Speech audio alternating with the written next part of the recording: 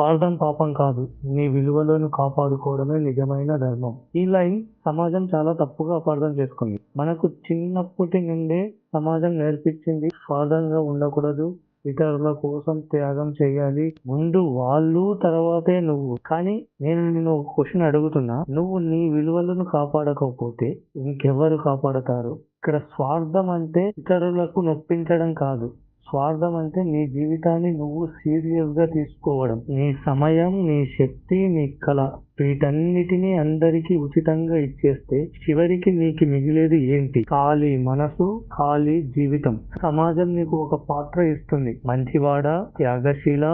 Adjust అయ్యేవాడా? కానీ ఆ పాత్రలో నువ్వు సంతోషంగా ఉన్నావా? అదే నా మొదటి ప్రశ్న. ఐన్ ర్యాండ్ చెప్పింది ఇదే. నీ జీవితం నీది. దీన్ని త్యాగం చేయటానికి నువ్వు పుట్టలేదు.